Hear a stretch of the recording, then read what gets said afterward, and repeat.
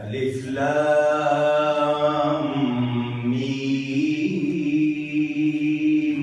ماشاءاللہ.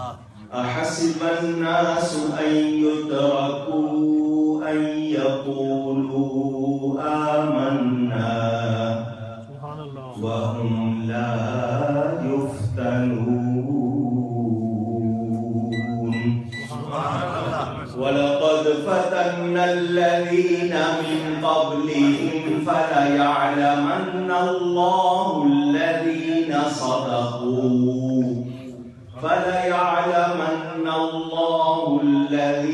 صدقوا وليعلمن الكاذبين.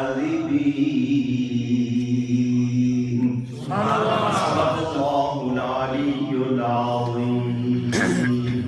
محبت کے ساتھ ایک مرتبہ درود شریف پڑھ لیجیے. اللهم صل على سيدنا مولانا محمد وآله وصحبه وبارك وسلم.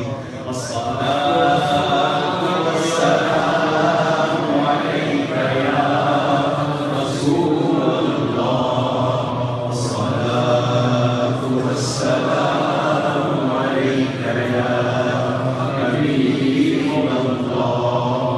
الصلاة والسلام عليك يا رحمة للعالمين وعلى آلك وأصحابك يا شفيع المذنبين.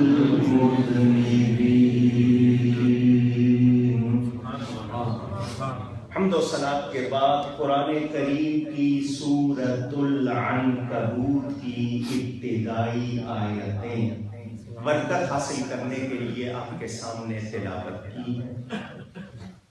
بہت مختصر سا ان کا تفصیلی خلاصہ بیان کرتے ہوئے واقعہ کربلا، تاریخی روایات اور دیگر مستند حوالوں کے مطابق آپ تک پہنچاؤں گا. اللہ تعالیٰ سے دعا ہے وہ مجھے حق بیان کرنے، ہم سب کو حق سن کر اس کو قبول کرنے، اس پر عمل کرنے اور اس پر قائم رہنے کی توفیق عطا فرمائے. پہلی بات، آج اس مقدس ہستی کی عظمت کو سلام کرنے کی بجائے کچھ لوگوں نے امام عالی مقام کی ذات کو موضوع بحث بنا دیا. ایسے لوگ بے قدرے ناشکرے ہیں. اگر ان کو میں نااہل بھی کہہ دوں تو غلط نہیں. ہم تین طرح کی ہستیوں کے دن مناتے ہیں. نبی کا دن مناتے ہیں جس نے دین دیا. شہیدوں کے دن مناتے ہیں جنہوں نے دین بچایا. ولیوں کے دن مناتے ہیں جنہوں نے دین پھیلایا.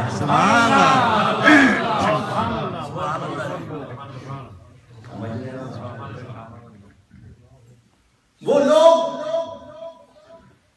جنہیں امام پاک کی عظمت میں شبہ ہے، مجھے ان کی ذہنی حالت کا شبہ ہے. کہیں نہ کہیں کوئی رنگ خراب ہے.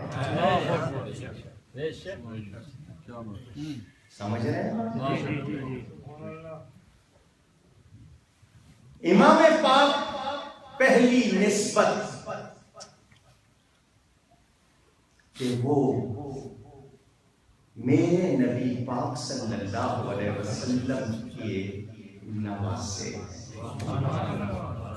نبیوں کے سردار کے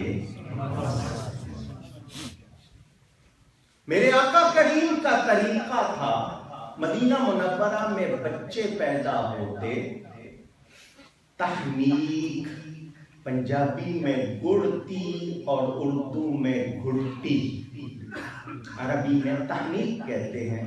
کھجور کے اندر کا نرم حصہ حضور بچے کے منہ میں ڈال دیا کرتے تھے، بچے لائے جاتے تھے۔ آپ کا یہ طریقہ ہے۔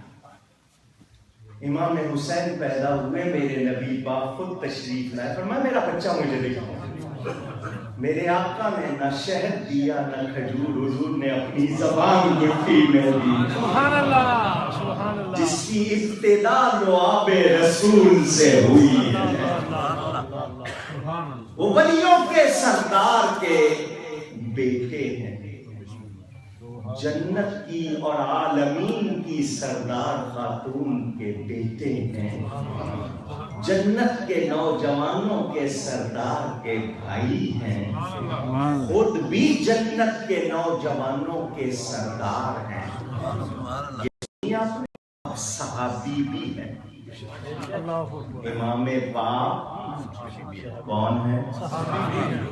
جو جو مانتا ہو وہ کہے، اور آپ دائیں بائیں دیکھ رہے ہیں چپ ہو۔ میرے امام صحابی بھی ہیں، اور صحابیوں کے لیے قرآن کہتا ہے رضی اللہ عنہم ورضوا عنہ، ان سے راضی وہ اللہ سے راضی۔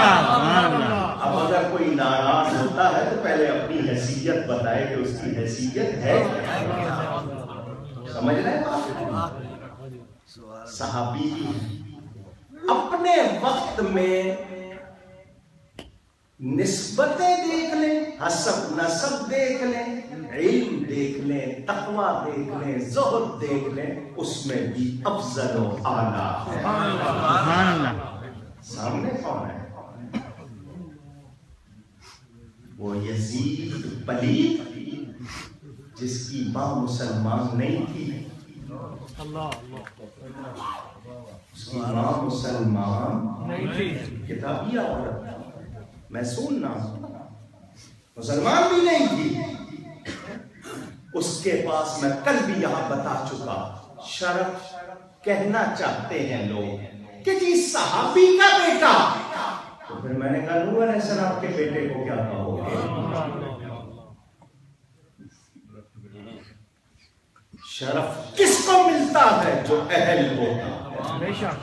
انہو لیس من اہلک انہو عمل غیر صالح، قرآن نے فتویٰ دے دیا جس کے عمل اچھے نہ ہو وہ اہل میں سے نہیں ہوتا، تو اس کو تو وہ شرف بھی حاصل نہیں رہا۔ سمجھ رہے؟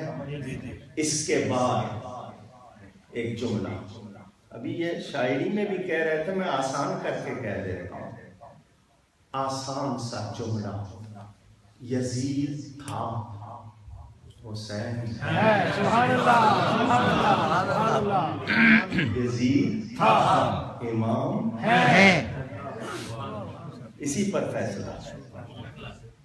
کسی لکھنے والے کو جرأت نہیں کہ امام کے کردار پر انگلی اٹھائے، جنہوں نے اختلاف کیا بھی امام کے کردار پر کسی کی انگلی نہیں اٹھتی۔ کیا امام کی صداقت کے لیے یہی کافی نہیں ہے؟ سنو، بہت آسان ہے کہنا، آپ کے گھر میں 2 لاشیں پڑی ہو نا، آپ کی سائیکی چینج ہو جائے گی، نظریات بدل جائیں گے، سوچ بدل جائے گی، آپ دشمنی بھول جائیں گے۔ وہاں 72 لاشیں پڑے ہوئے ہیں، امام کہتے ہیں سر جھکاؤں گا تو اللہ کی بات، اللہ